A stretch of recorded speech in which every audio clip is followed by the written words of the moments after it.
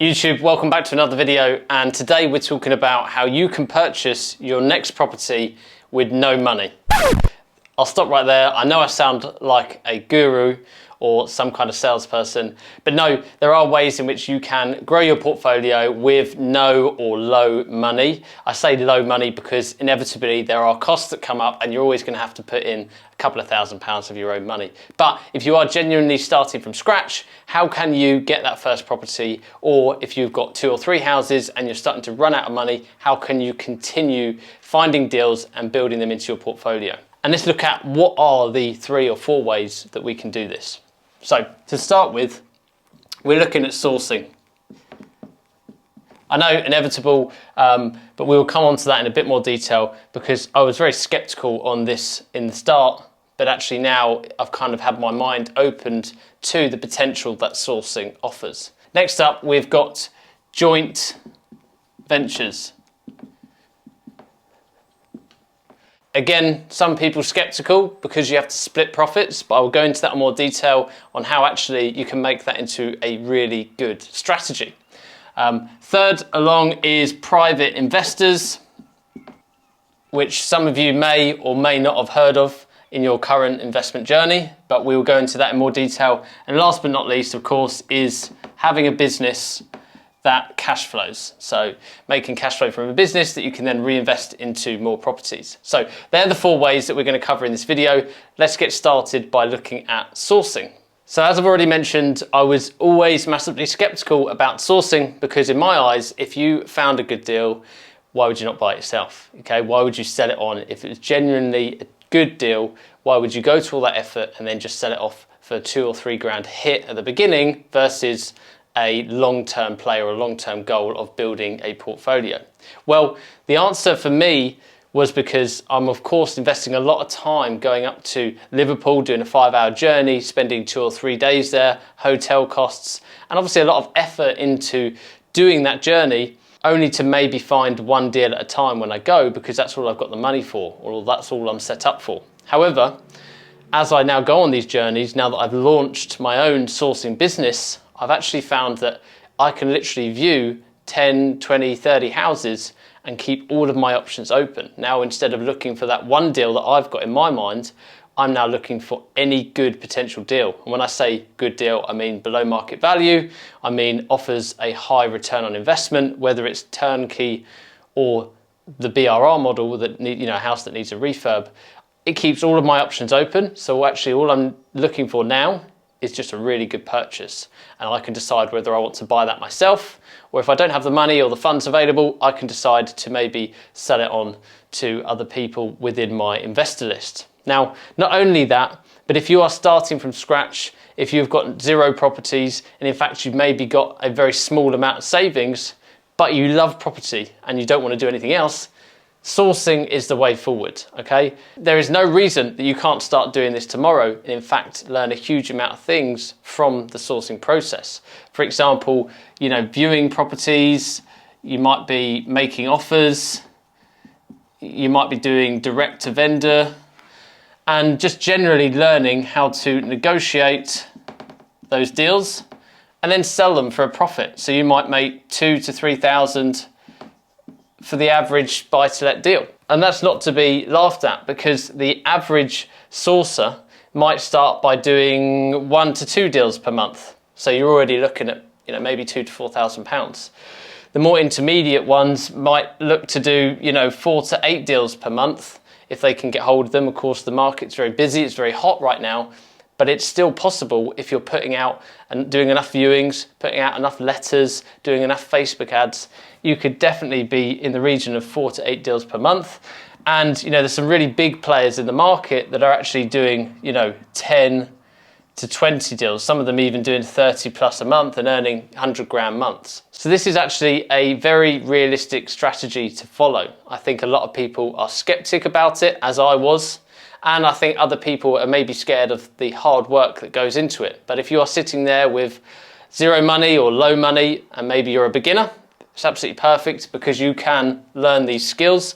Or maybe you've got 2, 3 houses like myself, but actually you want to start to build more of a cash flow or cash flowing business on the side, to then reinvest into property, it's absolutely perfect. So that's sourcing. Now let's take a look at joint ventures. So joint ventures, I've actually looked up the definition, and the definition is a commercial enterprise undertaken jointly by two or more parties which otherwise retain their distinct identities. Now, really what a joint venture is in the property world is where you collectively come together with another investor. Maybe one of you has funds, one of you has time, and you join forces in order to create a business. Now, in some circumstances, both of you put money in, both of you put time in, and again, just joining forces in order to build a portfolio. Now, when it comes to joint ventures, there are two models in which you can do it. The one, of course, is with buy-to-lets, or HMOs or service accommodation, but it's the long-term play.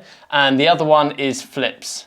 Now, if you are looking to do joint ventures for the sole purpose of buy-to-lets or single-lets, then personally, I tried to avoid it. I've had a lot of offers come in the past, but I've tried to avoid it. And this is the reason why. If you go out and you purchase an £80,000 house, and then you rent that house for £500 per month, after all of the expenses, it makes you £250 profit. And then you have to split that.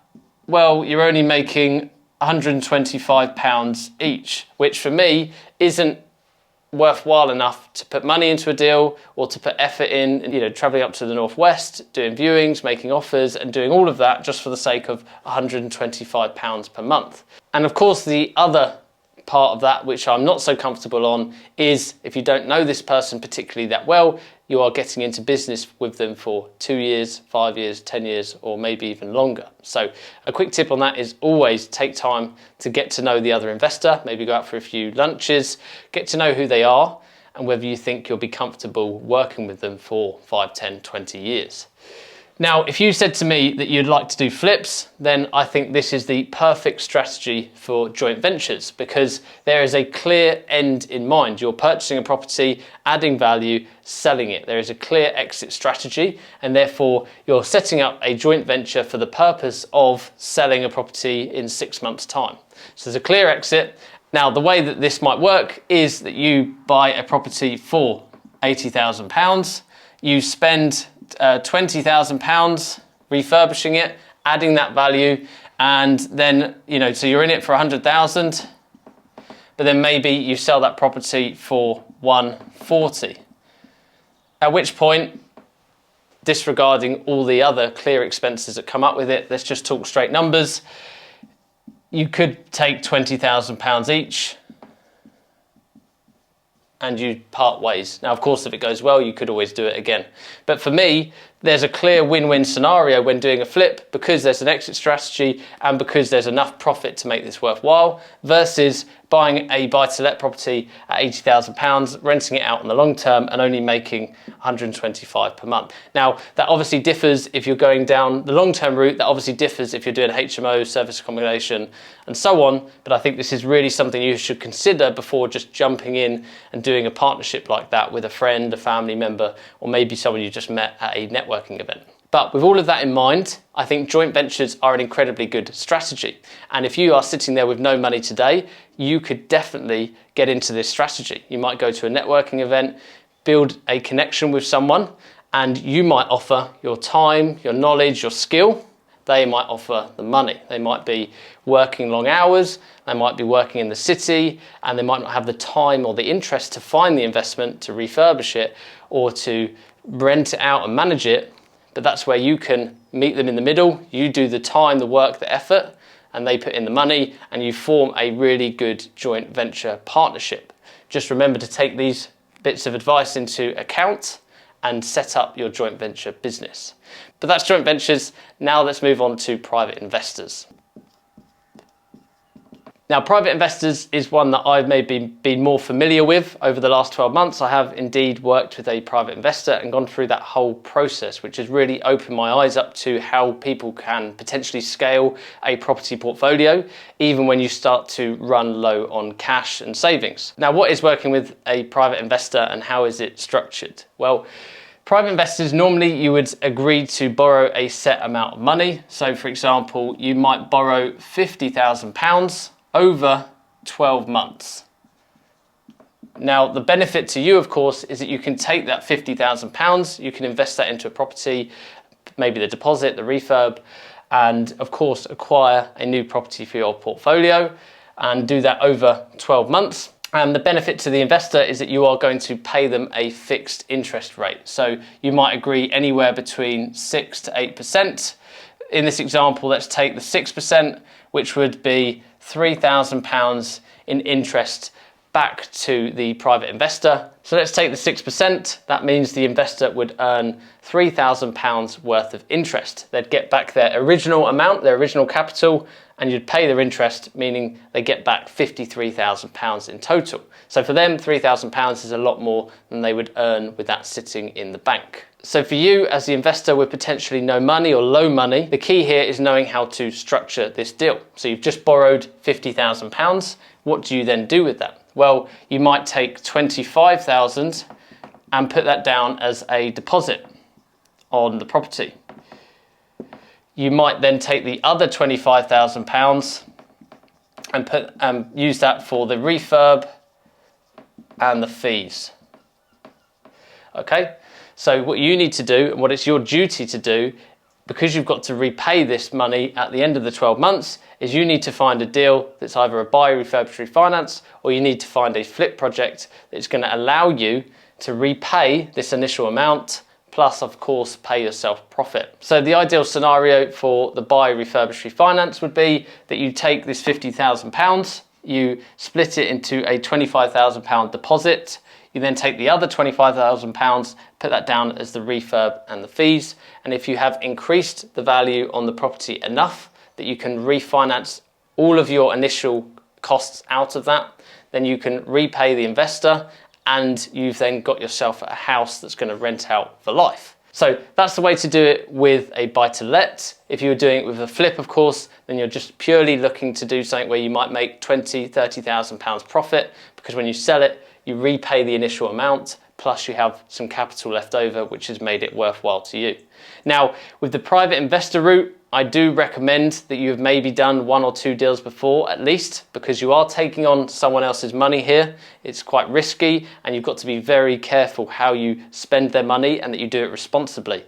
I wouldn't necessarily say as a beginner you should use this route, unless maybe you're working with a family member that has a lot of trust with you or does it with you. So this is the private investor route. As I've already mentioned, if you're a beginner or you're a few houses in, this is another example in which you can get another property and continue growing that portfolio without necessarily having to save a whole new deposit. Next up, let's move on to business. So last but not least is creating a business. Now I've become more of a fan of this one over time, as I really truly see the benefit in a cash flowing business that you can then take that cash and then reinvest into properties, which is more the long-term wealth side of things. So we've already discussed sourcing as the first point, and that is a form of a business. But moving on into different business ideas, we could literally take anything that we have skill, knowledge, and a passion for, and we can try and put this into a business, which then creates us cash, which then allows us to purchase buy-to-lets quicker or do flips, and just put that into the property space. So if you are brand new, you've got no money, but you maybe work for a web design company, perfect. You could then take that skill, build websites, make money. If you are a personal trainer, you do that in the gym. Can you offer extra online services, take that money, put it into property? So that's the example I'm going with here. There is always additional revenue streams that we can build, and they are temporary cash flow, but we can put them into the long-term wealth. So let's take the web design model and I will show you what to do. So let's say you are a web designer and you are going to build high-end quality websites for people. Well, to start with, you're going to build 2 websites absolutely free of charge. You're then going to get testimonials and you're then going to promote that on social media. Once you've done that and you've built that client base, you're then going to start charging money, maybe £300. I don't know what the rate for websites is these days. £300 seems a bit cheap, but again, we are just trying to build up those testimonials, that word of mouth, and we can use that for advertising. So this time you build 2 websites at £300. You follow that same process where you build testimonials, do the social media, and then we can build that up to maybe £1,000 per website, which again, as you get better, as you're more skillful, and as you provide a more high quality service, you may even get to the point where you can charge more and more and more. But let's say that you start doing websites at £1,000, plus you now offer the service of £100 per month, where you maintain and update their website, their blogs, their social media.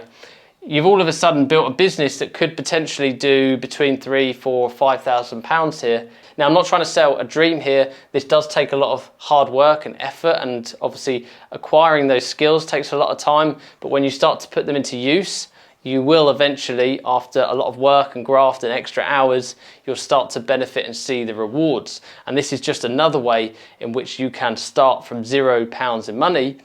Or if you've done a few properties and you're lacking in money, you can continue that money coming in, build that wheel, build that cycle, keep pushing money into property. Property is the long-term play, and cash flow, businesses, whatever it is, that's the short-term play that you can push into property. So once again, this has been how to purchase property with no money or with little money. I hope it's been interesting. If you've enjoyed the video, don't forget to subscribe, and I'll see you next time.